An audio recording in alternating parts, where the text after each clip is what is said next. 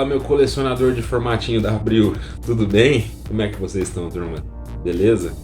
Bom, no vídeo de hoje, como vocês já devem ter visto aqui pelo título, eu estou trazendo para vocês um quadrinho nacional que é justamente para quem, né, já é um colecionador aí de formatinho da Abril, porque formatinho da Abril já é coisa mais antiga, né? Pessoal que já tem um cabelinho branco, assim como eu, mas é um quadrinho também muito interessante para você que não conhecia a obra do mestre Flávio Colim, porque aqui a gente vai ter uma compilação de alguns dos trabalhos que ele fez, alguns dos seus trabalhos, diria, mais importantes ou mais interessantes? Talvez, porque as histórias contidas aqui nesse encadernado são muito boas, extremamente interessantes, é para a gente iniciar no conhecimento, para quem nunca, né, assim como eu, nunca tinha lido nada do mestre Flávio Colim, e a gente vai ter um panorama, né, histórias de períodos diferentes da carreira dele, nesse encadernado aqui, que é o Terror no Inferno Verde, publicação da editora Pipoca e Nanquim. Vou mostrar aqui um pouquinho da lombada para vocês, olha que bonito. Tem aqui a assinatura do mestre Flávio Colim, né? Então aqui é a capa dura, a lombada e a contracapa nessa arte maravilhosa, com cores lindas, olha. Combinou muito bem esse verde com rosa, amarelo, azul, né? E o título aqui todo em preto, tem um vernizinho localizado aqui, né? Praticamente na capa inteira, né? Muito bonito. No início da obra, a gente já vai ter um panorama, né? Uma passagem sobre, uma introdução, uma passagem sobre quem foi o Flávio Colim. Tem uma foto aqui dele, ó, muito bonito. Na sequência, a gente vai ter todo, além desse histórico aqui, tem um índice, tem mostrando quais histórias fazem parte da edição, e já inicia aqui a primeira história. Todo início de história é colocado esse quadro aqui, né, com uma imagem da história em negativo e um pequeno resumo, uma pequena introdução do que se trata a história, do que é falado na história. A primeira que a gente tem é essa aqui, Honorato, que é uma história de um casal de ribeirinhos, eles têm um filho e daí se desenrola a história. Não posso falar muito para não dar spoiler, mas o Honorato aqui da história é um dos filhos, né, desse casal, e as histórias seguem, né? O Flávio Colim, ele consegue sintetizar nas histórias dele um regionalismo, um brasileirismo muito grande, porque ele trabalha diversas temáticas do brasileiro. Ele trabalha o sertanejo, aquele sertanejo que vive no lugar mais árido, talvez passado uma história que no imaginário nosso possa ser passada num lugar no Nordeste, por exemplo, aquele que vive em regiões do Amazonas, aquele ribeirinho, aquele que vive na selva, os índios, né?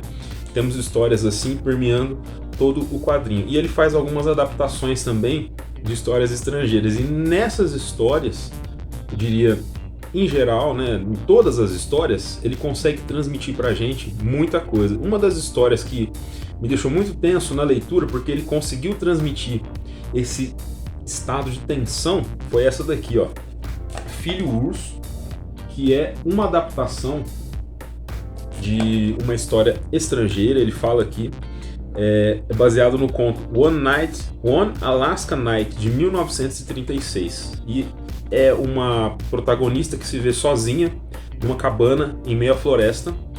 À noite, ela passa uma noite nessa cabana e começa a ouvir barulhos, ouvir ruídos, e há boatos de que ali morre gente. Então ela fica muito tensa e muito preocupada com o que pode acontecer com ela.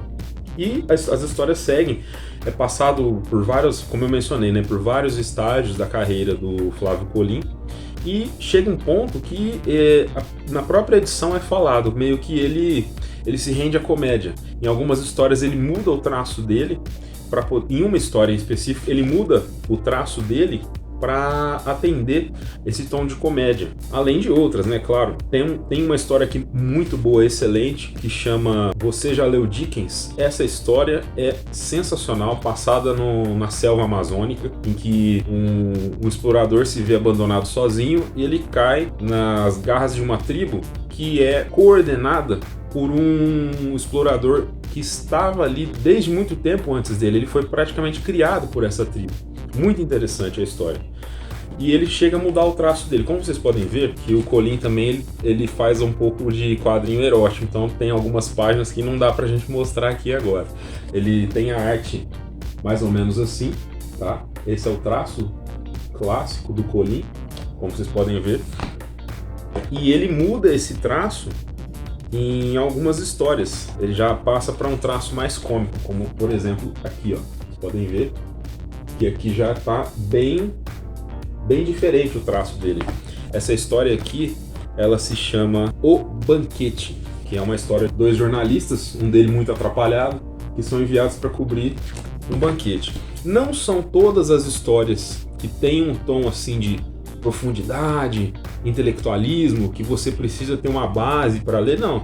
Algumas histórias aqui, sendo sincero na análise, nessa resenha, eu achei bem rasas na questão de enredo, né?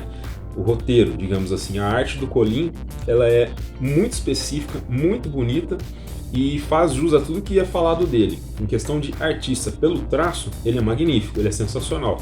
Em questão de roteiro, em algumas histórias ele acerta muito, né? Porque são histórias originais, ele criou e são muito boas de fato.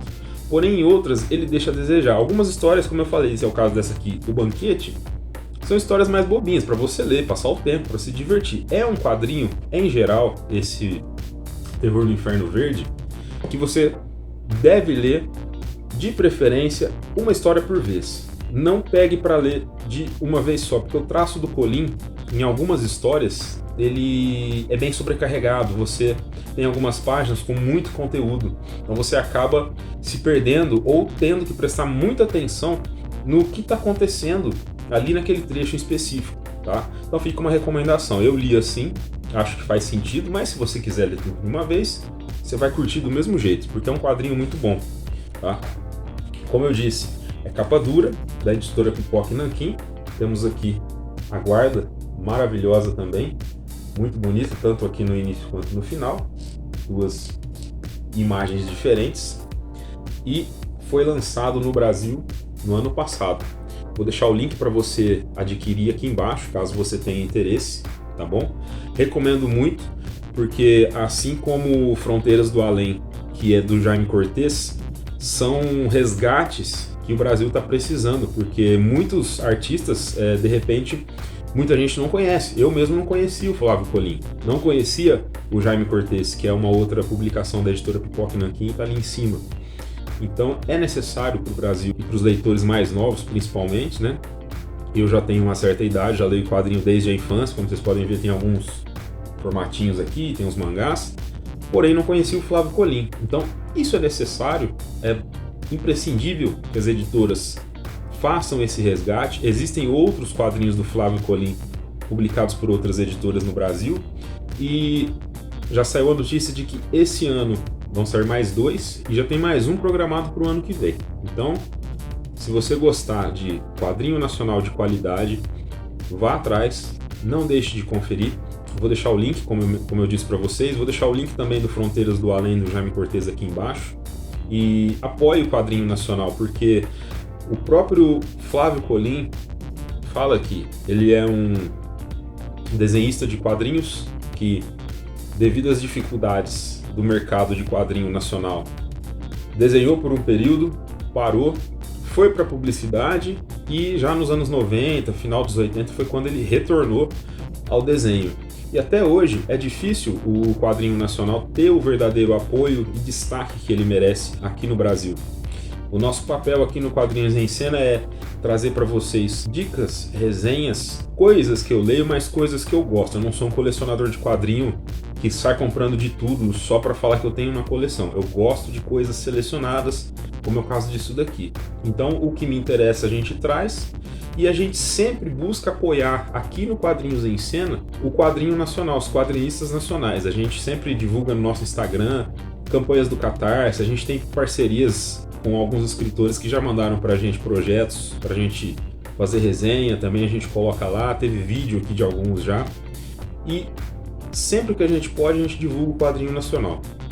Esse é um resgate nacional de extrema importância. É importante a gente apoiar os autores nacionais e sempre que a gente puder, a gente vai estar trazendo aqui para vocês conteúdo novo também sobre o quadrinho nacional. Tá bom, turma? Beleza?